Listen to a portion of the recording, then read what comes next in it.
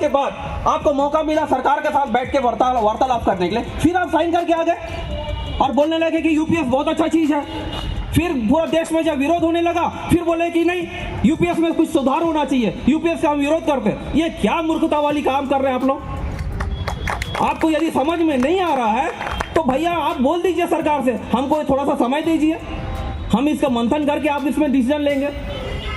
यदि कोई विषय आपको समझ में नहीं आ रहा है, आपका सेक्रेटरी से पूछिए, कोई विद्वान से पूछिए, ये मेरे जैसे विद्वान, ये मेरे जैसा कार्यकर्ता से पूछिए। हम भी तो लगातार वही काम कर रहे हैं ना। आप यदि अपना जो जिम्मेदारी है बखूबी से करते हैं तो शायद हमको इतना आवश्यकता नहीं है जो आज इस मंच के माध्यम से हम लड़ रहे हैं ना एक एक समस्या के लिए। हमको आवश्यकता क्या है? यदि ये यूनियन दोनों फेडरेशन हमारे हित कर देते तो हमारी आवश्यकता क्या है? मुझे एक ट्रैकमैन एसोसिएशन बनाने की आवश्यकता क्या है? ये लोग हमारी जिम्मेदारी से दूर भाग गए हैं। ये लोग सिर्फ क्या कर रहे हैं, किसी का क्वार्टर दिलाना, किसी का ट्रांसफर कराना, किसी का चार्जशीट इशू कराना, फिर उसे माफ करवाना, ये छोटा छोटा नीच हरकत कर रहे हैं। ये लोग वेलफेयर करने नहीं आए हैं। ये लोगों का नीति और नियत दोनों खराब हो गया। यदि नियत अच्छी होती तो नीतियां अच्छी बनती। नियत ही खराब है, कहां से ये लोग वेलफेयर करेंगे? वेलफेयर कर ही नहीं सकते। और मैं यहां तक आया हूं मुरादाबाद तक अपनी खुद की छुट्टी लेकर, पास पीटो लेकर मैं अपने पैसे से आ रहा हूं। इनको क्या मिलता है? स्पेशल पास मिलता है। इनको स्पेशल पास मिलता है, स्पेशल लीव मिल रहा है, और बैठने के लिए, सीटिंग करने के लिए रेलोगंड में उनको ऑफिस वगैरह सब दिया गया। उसके बावजूद भी हमारा तकलीफ को रखने के लिए तुमको इतना तकलीफ, हमारा तकलीफ को सिर्फ रखने के लिए तुमको सालों लग गया। 11 वर्षों में 11 साल लग गए हैं, 2013 से 2024 11 वर्ष हो गए। 11 वर्षों में हमको एक डिमांड, एटलीस्ट एक डिमांड पूरा करते। हमने बोला नहीं हम 10 सूत्री डिमांड लेके जा रहे हैं, कहीं भी जा रहे हैं तो अरे 10 में से कम एक डिमांड पूरा कर देते। तो राघवैया जी क्या बोलते हैं, एनएफआईआर के मुखिया हैं राघवैया जी बोलते हैं अरे हमारी सरकार तो बात सुनती ही नहीं है, हमको बैठने नहीं देती है। आप तो कम से कम जैसे भी आप तो पहुंच भी रहे हो, बोले हमारी बात तो सुनी नहीं रही सरकार। जब सरकार आपकी बात सुनी नहीं रही है तो फिर हम क्या करें?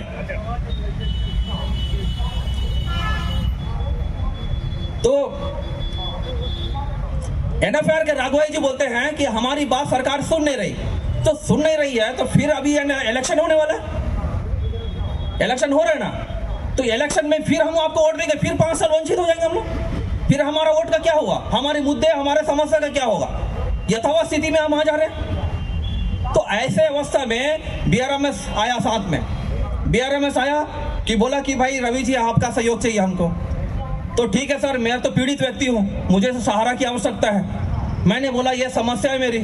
तो बीआरएमएस ने बोला, अशोक शुक्ला जी बोले कि रवि जी आप ट्रैकमैन के विषय में लंबे समय से बहुत बारीकी से, बहुत ईमानदारी से आप काम कर रहे हो, एक काम करिए, हम सीधा रेल मिनिस्टर से आपको मुलाकात करते हैं, आप सीधा डायरेक्ट वार्तालाप करिए। ऐसा मौका तो हमको किसी फेडरेशन ने दिया नहीं, आज तक किसी ने नहीं दिया।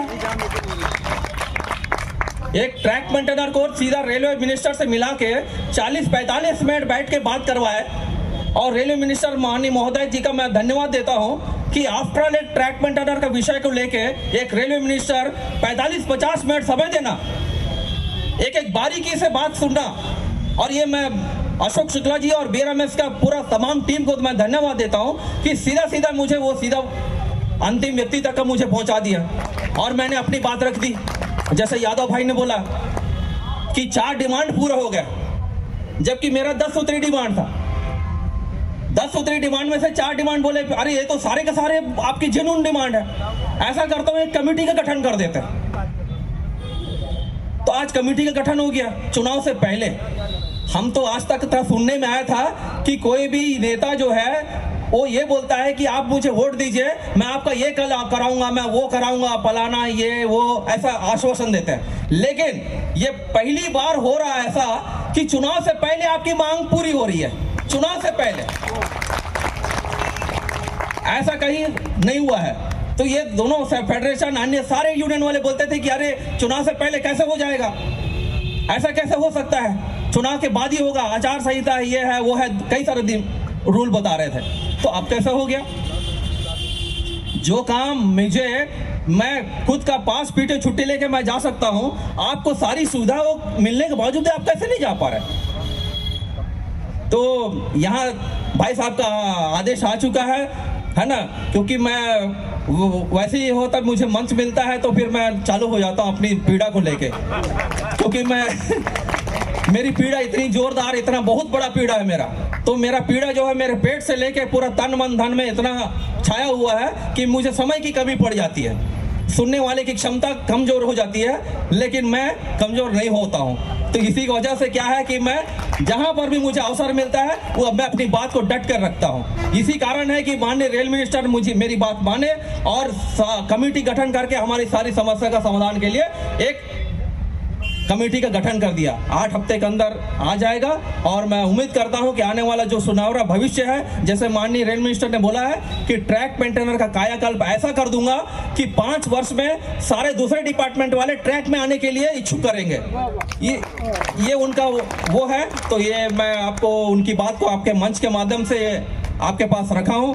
उम्मीद करता हूं कि आने वाले समय में जो 4 और 5 तारीख को वोटिंग इलेक्शन है, ऐसा जुट जाइए कि एक भी साथी हमसे दूर ना हो पाए, क्योंकि हम लोग प्रण लिए हैं हर एक व्यक्ति का कल्याण करने के लिए, नॉट ओनली हमारा टीम का नहीं, सभी कर्मचारी का कल्याण करने के लिए हम सबने प्रण लिया। तो सभी कर्मचारी का सहयोग लेकर सारा वोट मुट्ठी वाली चक्र पे गिरना चाहिए। इसी अभियान के साथ मैं आपसे अपनी वाणी को विराम देना चाहूंगा।